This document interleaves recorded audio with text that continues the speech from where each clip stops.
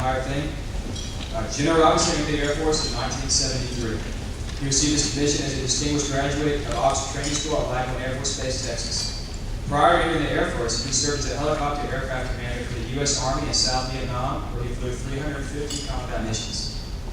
He has served as Chief of Training and Evaluation, Chief of the Tactical Air Control Systems Branch at Headquarters Tactical Air Command, Commander of the Space Defense Operations Center, and is Chief of the Space Control Operations Division for U.S. Space Command. He has also commanded an operations group and an air expeditionary group.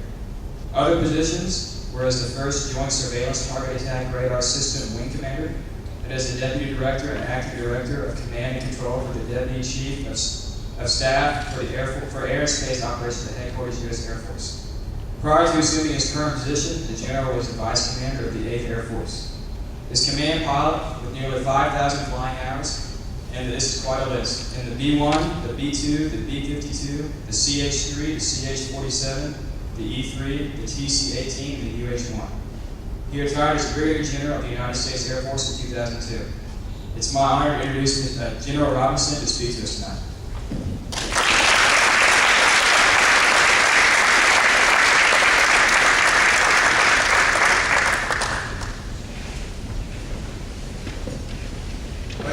It's great to be here, and first of all, let me thank Cadet Stevens for asking me to be your speaker tonight. This is indeed a great pleasure. Linda and I have been away from the Air Force for about 11 years now, so when we get a chance to come back to a place like this and meet the future leaders of the Air Force, it is indeed a pleasure.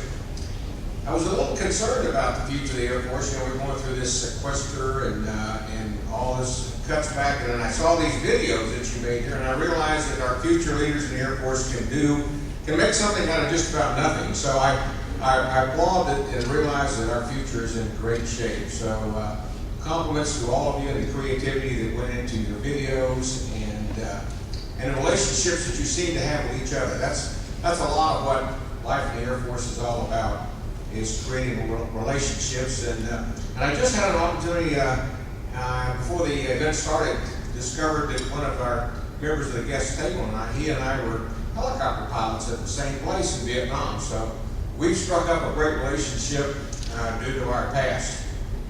Now, what I want to talk to you about tonight was just what is this thing you'd like to get yourself into? And for those of you that may see yourself someday as being a military spouse, some of what a military spouse may go through in his or her career.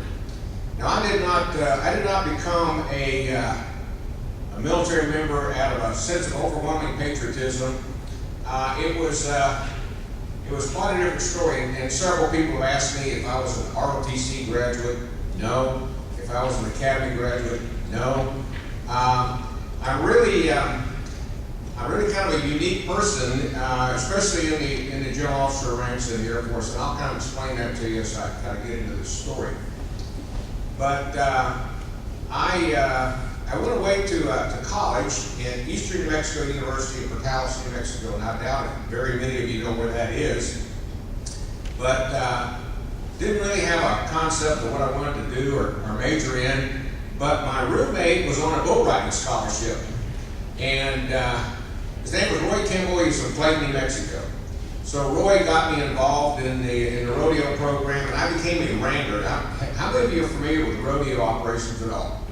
Wranglers are the guys there's the stockmen, there are the rodeo clowns, and then there's the actual rodeo cowboys, and then the wranglers are the ones that get to go get El Diablo, the killer bull, out of the pen and put him in Chute Creek.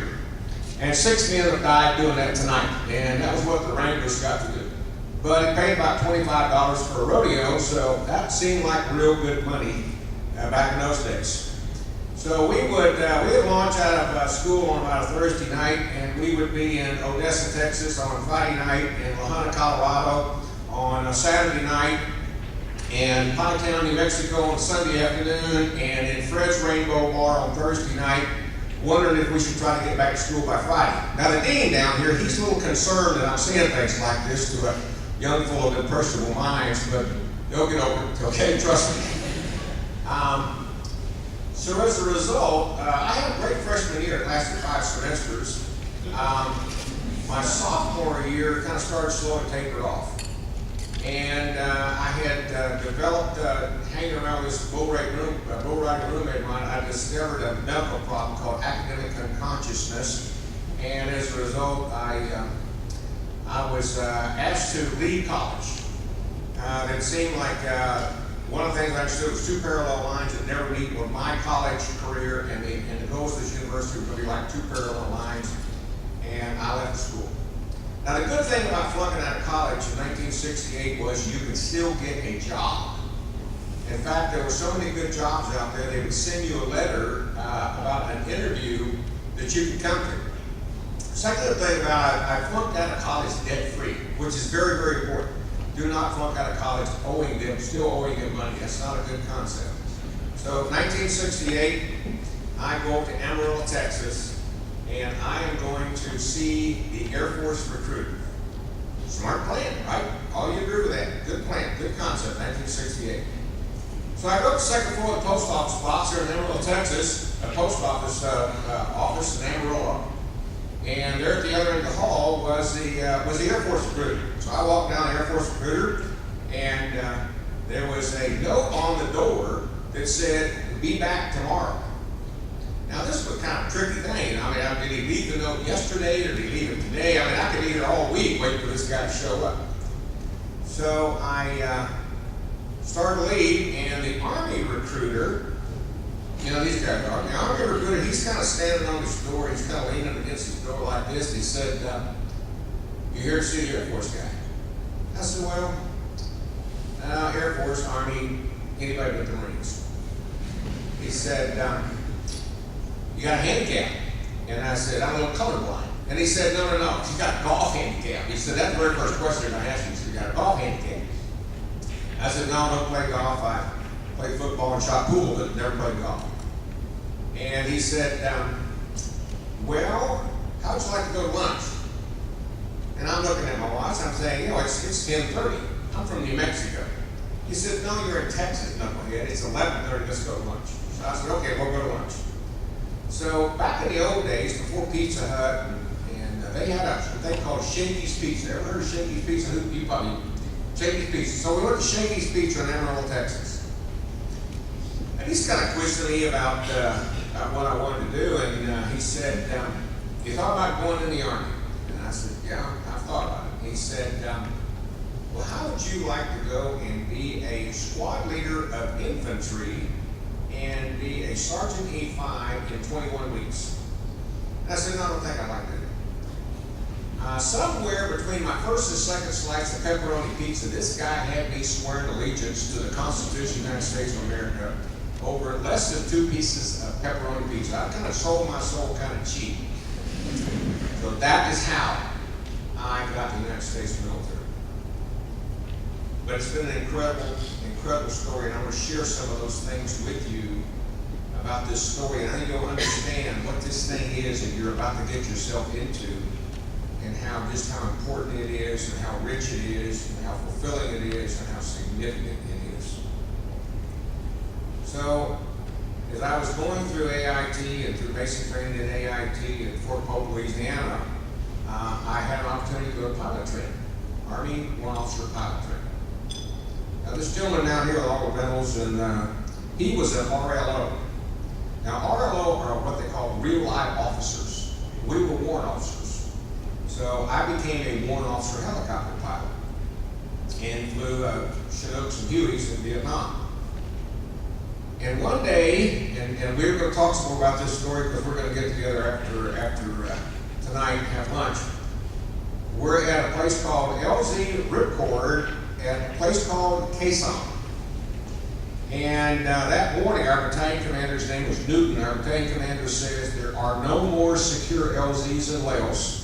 This was around the first part of March. There had been this operation in the Laos called Long Sam 719, and it had been pretty bad on Army helicopters. We'd lost about 600 up to that point. And he says, you're expected to take heavy fire on every LZ. And we were carrying munitions and evacuating wounded out of Laos. And so that was kind of our morning briefing. You know, we've not to see the big curtain pull back and say, today's mission is the Ballberry factory at Schweinfurt, and how wonderful that was going to be. No, it was, you're going to get the hell shot out of it every time you try to approach an LZ, and that was it. So we walk off to our individual helicopters, and we had added a third gunner onto our particular helicopter that day, and normally the third gunner was normally someone you didn't normally fly with. So our third gunner was this young man, looked like he was about 18, 19 years old. I think I saw him a couple times in the video. He looked like a young Opie Taylor kind of guy. Opie Taylor, do you remember Opie Taylor? You may not. Von Howard, Mayberry RFD. All right, get your mother to explain it to you. So we get out the helicopter, and we kind of look around for our gunner, and he's standing back towards the back. And breakfast consisted of a can of eggs and maybe 2 Marlboro cigarettes, and that was about it. Maybe some cold instant coffee. And this young man is kind of losing his breakfast, so to speak, at the back of the helicopter. We're thinking, okay, we got a little problem here. Our gunner is sick. And we kind of have a pretty good idea what he was sick about. He walks back up the helicopter and picks up his canteen and takes a big swig out of his canteen, he spits the water out, and he looks at me and he says, "Aren't we going?" And I'm thinking, here was a guy that obviously was so scared that just a minute or two before he was puking his breakfast up at the back of the helicopter, and now he says, "Aren't we going?" This guy said, "Even though I'm scared, it will not keep me from flying and doing what I've got to do today to protect the back of this helicopter." And I'm thinking, right then and there, I thought, these are the kind of people that I want to spend my rest of my life with. Even though he may be long gone after a year or 2 years in the Air Force or in the Army, it's still that same kind of people that are so committed that the commitment to doing what he had to do that day was more important than his fear of dying. And this is just the kind of people that we have surrounded ourselves with. And I want to be with these people for the rest of my life, for the rest of my military career. So after 4 years in the Army, I went back to college and had a letter from an Army doctor saying I had cleared up academic unconsciousness. And I went back to college and made the dean's list. So the moral of this story is, Dean, that your first 3 or 4 years of college don't mean much. If you will recover in the last year or something, you can be a general, okay? I'm sure he's panicking. So I want to get in the Air Force, so I had to enlist in the Air Force. Now, I'm a Chief Warrant Officer, and when I enlist, I am an E2 in the Air Force. An E2. You probably went to Lackland? Yes. Remember when you showed up at the airport and the drill sergeant came out? Remember this? Yes. And they used that real colorful language about getting on the bus. I went through all that, and they thought I had an attitude problem. They said, "Do you have an attitude?" And I said, "No, I've got the envelope." Remember the big envelope? One guy got out to me. And they kept saying, "What are we going to do with you?" And I said, "I'd like to go to OTS." And finally I got into OTS, and the rest was history. Went on to fly a lot of great airplanes and had a fairly interesting career, to say the least. But in that journey of that career, I had some unique opportunities, and one of them I had a chance to share with my wife. We were in Stuttgart, Germany, and I was assigned to European headquarters in Stuttgart, and I was on a particular group, or with a particular group of people that were responsible for keeping the corridors open into West Berlin. Now, all this is history to you, but once upon a time there was East Berlin, and there was West Berlin, and there was East Germany and West Germany. And there were corridors that ran from West Germany across East Germany into West Berlin and East Berlin. And East Berlin was the walled city. You probably heard of that. And the Russians had put up this wall in 1962, and it really was to lock the East German population into the city and not let them rejoin the western side. So they were actually held prisoner in their own city. So we've managed to go through Checkpoint Charlie. We're in East Germany. It is like landing in a different world. Very heavily Soviet controlled. The population of East Germany has no freedom. You can only buy fuel for your car at one gas station, and you can only buy about 3 gallons at a time. That keeps you from moving around. You have no flexibility. You can't go get in your car, fill it up with gas, and drive to Branson for the weekend and watch, a Christmas show. You can't do that. You can barely get out of the edge of town. And that's what life is like in East Berlin. People have been separated from their families for a number of years now. This was in 1988. So it's been over 20 years. So we're sitting there at Alexanderplatz, and this older German gentleman, he looked like he was probably in his 80s, comes up, and I'm wearing a uniform, that uniform right there, that blue uniform. Sitting there having a cup of coffee in Alexanderplatz, the main downtown square of East Berlin. And this gentleman says to me, and Linda's sitting there next to me, this gentleman says to me, "Are you Canadian?" And I was Lieutenant Colonel, so I guess, oak leaves, maple leaves, I guess when you're 80, all leaves look alike. So I said, "No, I'm American Air Force." And he said, "Oh, you are an American?" I said, "Yes."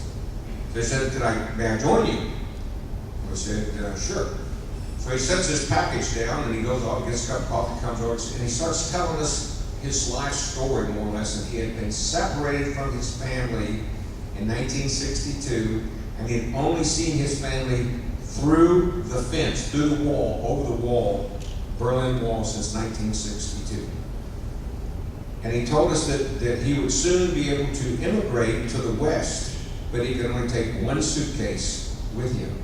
Everything else, all his possessions, he had to leave behind and just walk across the bridge into the West. That was the way the Russians kind of got rid of their older problem. They had no Medicare, they just sent them all over the West. He stands up to leave, and he said, "May I shake your hand?" I said, "Sure." And he gives me this big hug, and he looks at me, and tears are running down his face. And he says, "America cannot forget about the East Berliners and the East Germans. Only America knows what freedom is all about. Only America can make the wall come down." Well, it was just the next year that President Reagan, standing in front of the Brandenburg Gate, said, "Mr. Gorbachev, tear down the wall." And we were there when all this happened, and it happened. So here was this old German that had the most strongest feeling about what freedom was like, because he had lost his freedom. And I'm sure when you're a prisoner of war, you have that same feeling. He had lost his freedom, and he understood that the one nation on earth that believed that freedom was so important that could make the wall come down was this country, this nation. And why did I get to hear that message? Because I was an Air Force officer sitting in East Berlin, and he saw me as the person who he needed to say that about our country to me. And that was pretty powerful for me. And I remember that, to this day, that was one of the opportunities that, as a military veteran, as an Air Force guy, I got to hear that old man's message. Some years later, 1966, some of you may remember, but I doubt if any of you are really old enough to remember it, like some of those at the head table will. Only exception to you, sir. But there was this thing called Bosnia-Herzegovina. And we deployed forces over there after the Dayton Accords, and I had a chance to do some flying in that part of the country. And we went in and we basically put down a siege that had been going on for years in Sarajevo, which was the Paris of Yugoslavia. This was where a Winter Olympics had taken place. Katarina Witt, one of our gold medalist figure skaters, became famous on the Sarajevo Olympics. And the city was just a shambles. It was an absolute wreck. And after many years of siege, well, we went in, and I was the J-Stars Wing Commander, which was very involved in Bosnia and Herzegovina. And I had a chance to go to Serbia, or go into Bosnia, into Sarajevo around Christmas of '96. And we had been invited by the mayor, all of us us that were commanders of flying units, NATO flying units, were invited by the mayor to come out and have a little Christmas reception with him. So as we're driving out from the Zetra Ice Arena, where we were billeted into town, we see these Sarajevo children are walking along, probably coming home from school, and they all had these little backpacks on. And they were red, they were very bright colors, red, green, blue, yellow, orange. And there was a Sarajevo mother with them. And these were probably looked like they were maybe pre-K, K, maybe first graders. And all you could see was these backpacks kind of walking through the snow. And I thought, well, what a unique little picture. So as I was talking to we all got a chance to meet the mayor, and I came by and shook hands with him, told him who I was, and I said, as we were driving out today, we saw these Sarajevo children. I said they looked like Christmas presents with feet. And he kind of stops for a minute, and he leans over and he says, America brought Christmas back to Sarajevo. And he gives me a coin, which was the coin of the city of Sarajevo. He slipped me this coin. I don't know, maybe give it to everybody a coin, I don't know. But I think he only gave it to me. If you go along with that, all right, that's what we'll say. He only gave it to me. So the war story facts are irrelevant, okay? So he gave it to me. Now, once again, I am there as an American Air Force guy, or as an American, but an Air Force military person. And I got to hear the mayor of Sarajevo, who knows what real hardship is like. And he says to me, America brought Christmas back to Sarajevo. And I thought, this has got to be a pretty significant uniform that I'm wearing, because it represents such a significant country, that I get to hear these kind of words simply because I'm an American service student. But only America knows what freedom's about, and America brought Christmas back to my country. So those were two things in my life that always reminded me that I do the right thing, and the answer keeps coming back, yes. So now I come up to my last assignment in the Air Force, and I'm the wing commander of the AWACS wing. Some of you may be familiar with the AWACS wing down in Oklahoma City. Are you? Raise your hand. Okay, that'll do. So the morning of 9/11. So y'all what, middle school for the most part? So that morning, we are having some briefings that morning with the other commanders in Tinker, and it's our turn in the AWACS wing to host these other commanders. So we're sitting in our conference room, and my secretary walks in and said, we're going to put CNN on television because there's just been a tragic airplane accident in New York City. So we're sitting there and we're watching when the second airplane hit. So we all knew that this is some kind of a hostile act against the United States when we're at war. We went through some battle staff procedures that you go through in the wing, and kind of discovered or decided what our actions needed to be. We had been launching airplanes that morning, so we weren't real sure where our airplanes were. And about an hour later, we heard that one of our airplanes that was in North Carolina, a place called Goldsboro, North Carolina, with the Fort Tac Fighter Wing at Seymour Johnson, was now over New York City, or headed to New York City. So I walked in the command post, and this aircraft commander calls in, and you hear this bell ringing in the background. And I knew what the bell was, but those that were in the battle cab had never heard that bell. They weren't real sure what that bell was. It sounded like an old-fashioned telephone bell. That bell was the Mach warning bell, which says that this airplane is flying at the maximum speed it can fly at. This guy was flying his airplane like he just stole it someplace, and he was headed to New York City. What we found out later as we talked to him after we got on the ground was that as these airplanes were hitting the towers, and the FAA, as you can well imagine, has got about 3,000 airplanes in the air, and they tell them all to land, including the military airplanes. Well, there's there's a couple of exceptions. Obviously, the fighters over Washington, D.C. and New York were one of the exceptions. They didn't know we were going to be self-declared as the other exception. So our young aircraft commander refuses to land, says he's going to contact NORAD, see if he can be of some assistance. Contacts NORAD, they say, get to New York City, Washington, D.C. area as fast as you can. We need someone to control the fighters that are up there. So he takes off.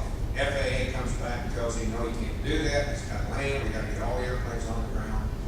He declares due regard. Basically what due regard says is, we're now basically a renegade in your system. We have got our own radar. We don't really need you, and we're going to New York City. Now, what's unique about this is, this was his first day as an aircraft commander. First day. You remember the first time your parents gave you the keys to the car?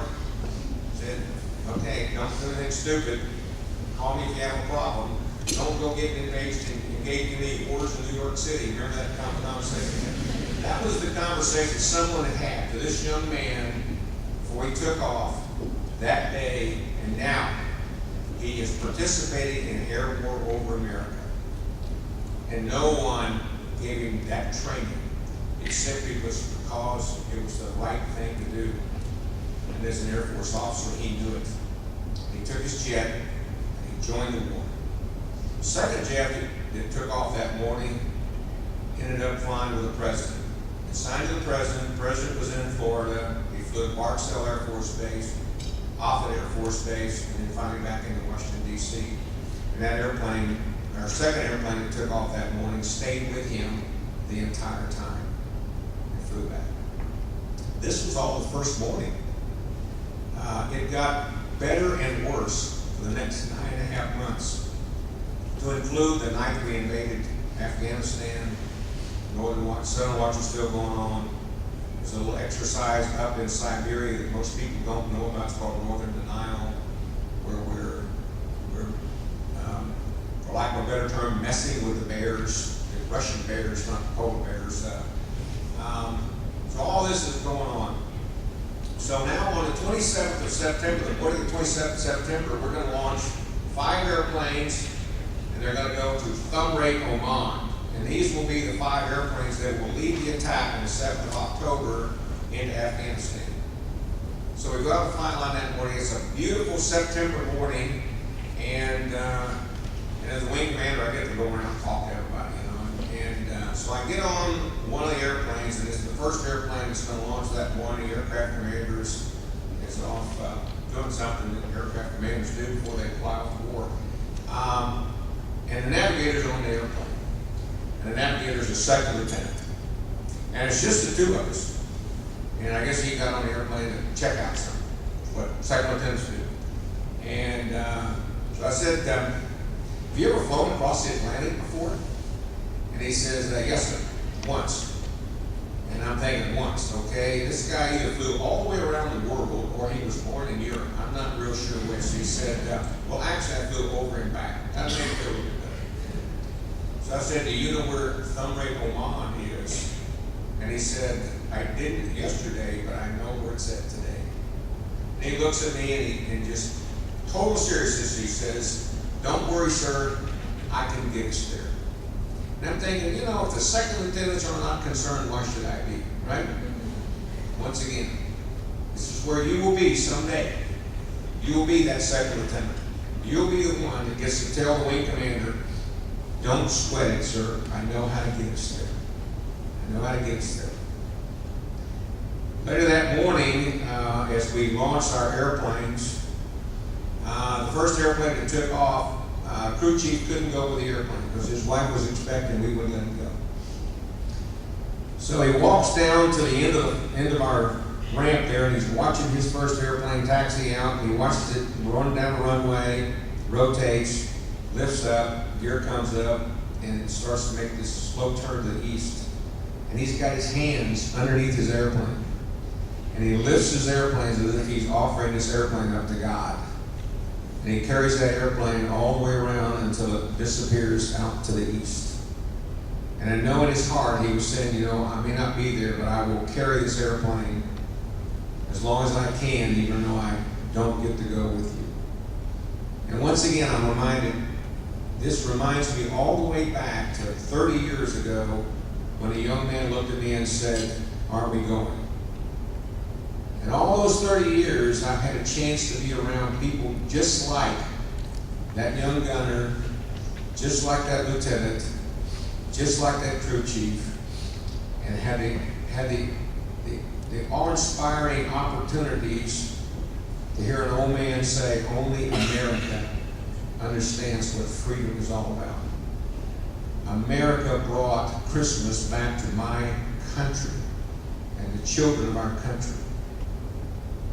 And someday, 30 years from now, 20 years from now, you will remember these words and you will have had those same opportunities. That is what this is all about. It isn't just about the Air Force. It isn't just really even about the military. It isn't just about national defense, while that's extremely important. It's more about this country and this country's role to play in freedom of people everywhere. Not just here. Those of us that served in Vietnam, I think many of us are still very sad to this day that we couldn't have won that war, and that South Vietnam wasn't just as free as South Korea was. Feel that way? I still feel that way. We could have won that war, and I think it was a war that should have been won by us and by our South Vietnamese allies. Now, one last point I want to make, and it's about being successful as an Air Force officer. It's overrated. It's overrated. When I retired, I could stand in front of the mirror, much like your detachment commander here, and I had these ribbons and I had these little, sexy little star things up here. I mean, I look like, I'm a successful guy. Enlisted twice, came up kind of through the ranks, got to fly in both the Army and the Air Force, and I have tremendous respect for my Army roots and my Army brothers and sisters. And so I look pretty successful. But what is overrated about success is it tends to be about you. I asked my granddaughter one time, and I got a lot of wisdom from my granddaughter, and I said, "What do you think success is?" And she immediately said, "It's about achieving your goals." Makes sense. It's about achieving your goals. It's about how you look in the mirror. But what I really want you to think about is how not to be just successful, but to be significant. Achieving your goals is about success, and significance is about achieving someone else's goals. There's a young man sitting out there that I met that asked me to write a letter of recommendation for him to get into this organization, and I did. And I see he's here tonight, and he thanked me for it. And there's another young man I had the leadership seminar. There's another young man I met at Project Lead the Way training program. Those, to me, those young men are more important to me than any medal I won, because that represents a small amount of significance I had as an Air Force leader. It went way beyond my goals. So, success is about your goals. It's about how you look in the mirror. Significance is about someone else's goals. It's about how when you look out the window, you see a lieutenant that you once wrote a letter for. You see a lieutenant that you once had a chance to introduce to the Chief of Staff of the United States Air Force. Remember that, Sean? Yes, sir. Those are the kind of things that make you significant. That is the real reward. Far greater than success is the reward of significance. Success is knowing where you were born. Significance is knowing why you were born. Okay? That's my story. I'm sticking to it. God bless you all. And God bless America. Thank you very much.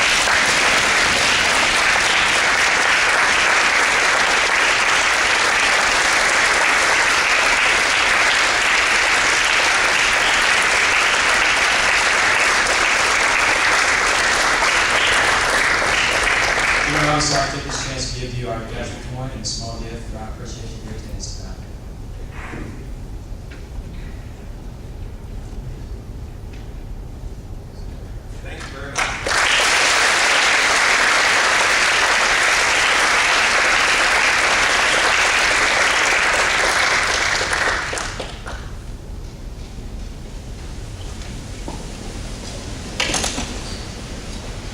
Mr. Vice, a toast. To our distinguished speaker, General Robinson.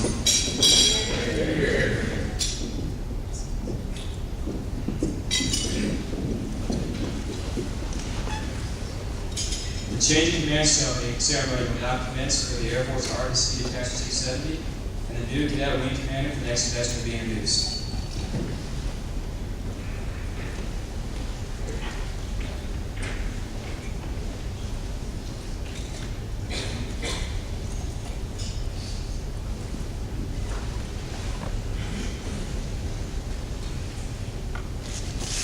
Please rise for the cadet change of command ceremony.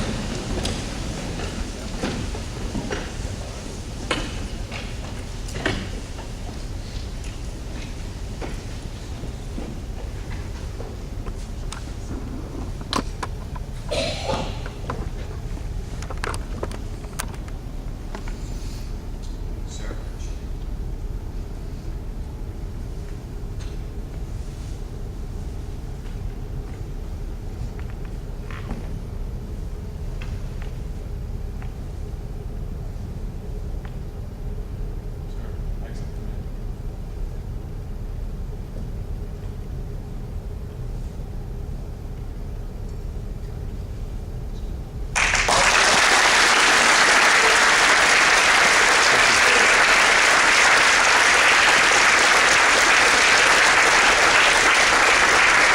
Ladies and gentlemen, Attachment 670 is cadet wing commander for spring 2014.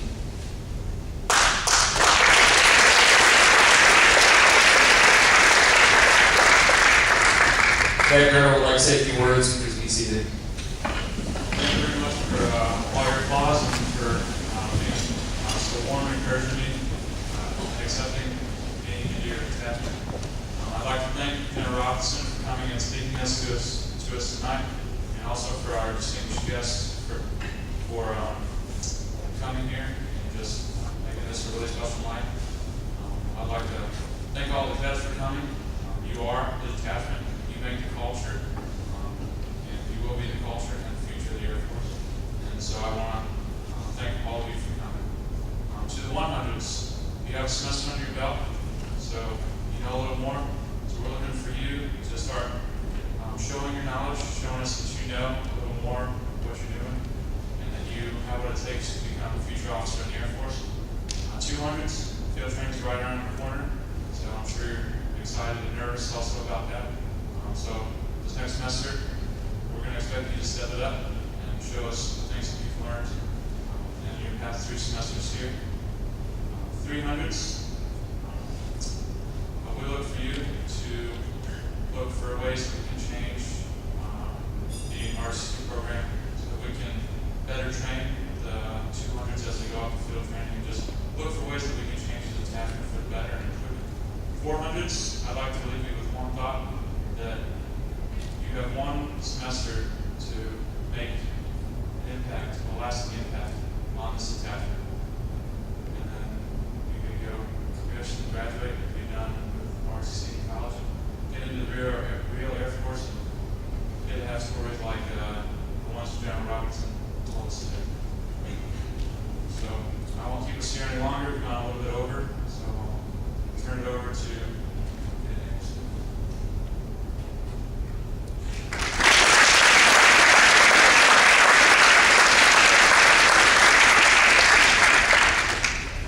I want to take this time to kind of thank everybody for this semester. It's been awesome. I really enjoyed watching where we've started, where we've come from, especially the 100s. You've done a great job. And I want to just, one more hand just for you guys. You guys have done a great job.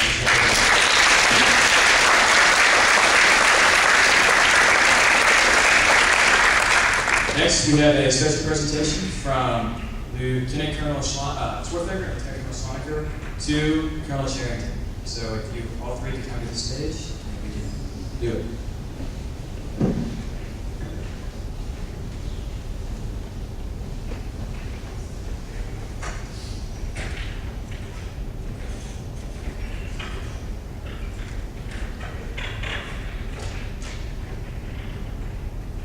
Last Friday night, Bill and I were inducted into the Oklahoma Military Hall of Fame. And I can't think of anything more humbling than that. But during the time that you were doing that, you're reminded of your roots and where you came from, and how'd you get there, and who got you there, and who mentored you. You know, I've told you before, I got launched out of here with one great career in the Army and a great career in Lockheed Martin. And by the grace of God, I got to come back to Oklahoma. And I got to find my friend Bill. And so we're going to leave you with pictures of our award ceremony, the detachment. And as my wife can clearly explain, I overdo everything. There's 6 pictures behind this one. This picture is special, very special to me, because I asked you Air Force guys, can I take your picture? And you said, no, you're going to be in it with us. Now, Bill calls me the little round guy, and that's fine.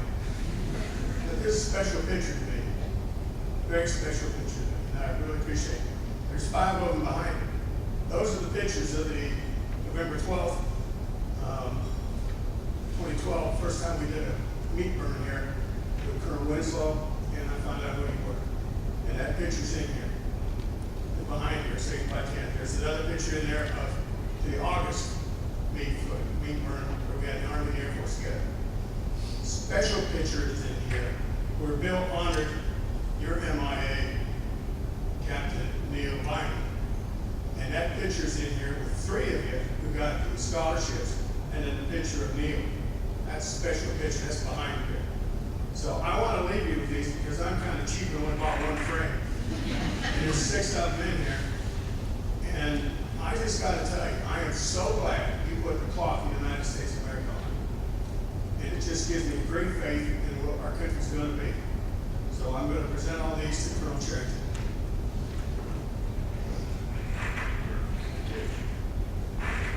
Help me give a round of applause for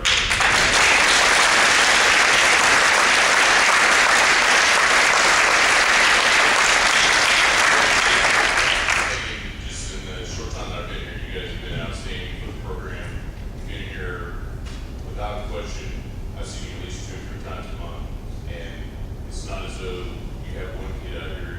All of us, myself included, feel like we owe you a debt of gratitude that never be able to be repaid. On that note, I've got one small little token of appreciation that has been requested.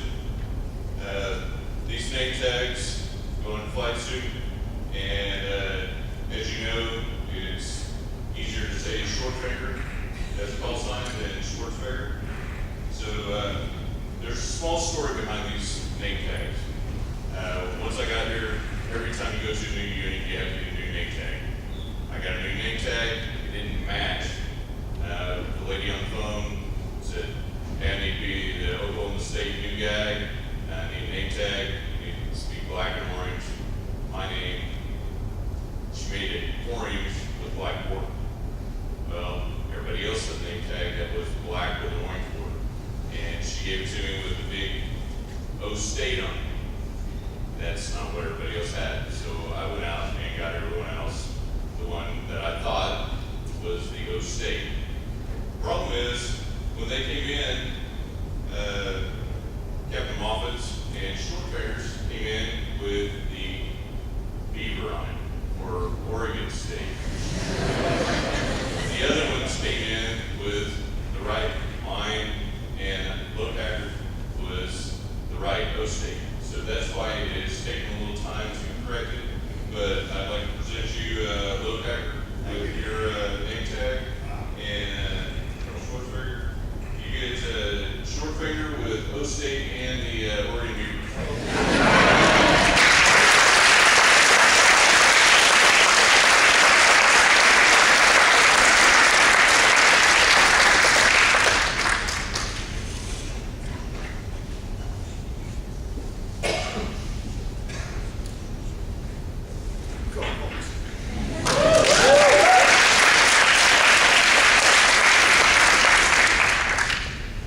We would like to thank all of those who made this evening possible. First, the cadre that guided the leadership of this event, but beyond the guidance provided by the cadre was a lot of hard work. Let us give a round of applause to National 674 Support Squadron for planning and executing this wonderful evening.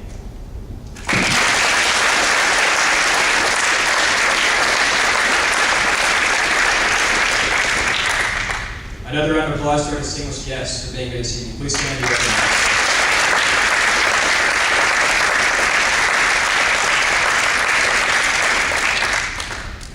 We will end this evening with the first verse of the Air Force song. The words can be found in your program.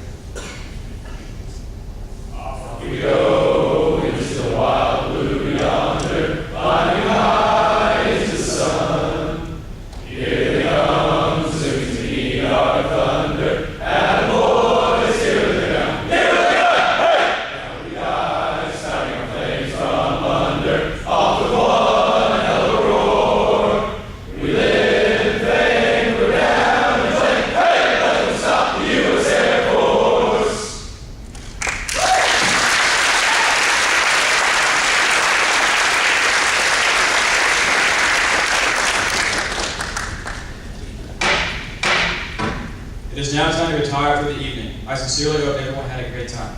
Good night, all.